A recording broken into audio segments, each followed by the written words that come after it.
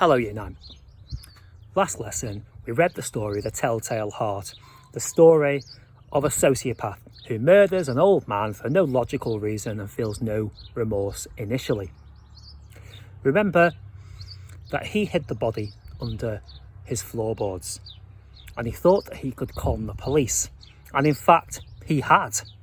But finally it was the guilt that drove him into believing that he could hear the heartbeat of the dead body that he had hidden under the floorboards, and he confessed.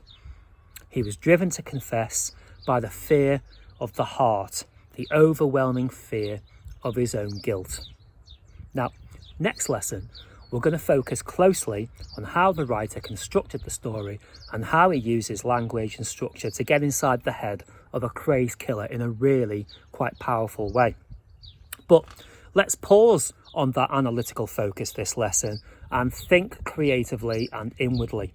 Let's think about ourselves. I want you to think about things that you fear and things that frighten you. So this is a two-part task to be completed on the document shared with you. Firstly, I would like you to fill a whole page of document, making me a collage, a collection of images that you can find on the internet of things that you find frightening, personally frightening.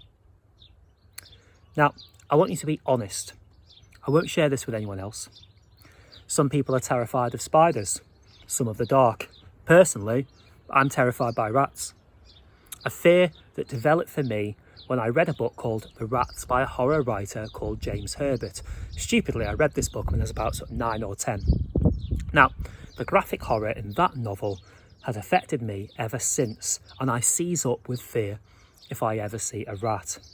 Now, I do recommend the book to you if you have a strong tolerance for gruesome horror fiction. Now, once you have your collage of things that you think are frightening, I want you to choose one of those things, the thing that you fear the most.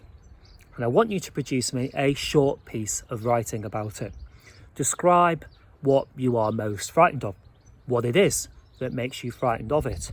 Now, there are some further prompts and ideas in the instructions. Now, I look forward to, if that's the appropriate phrase, to hearing about the things that frighten you most.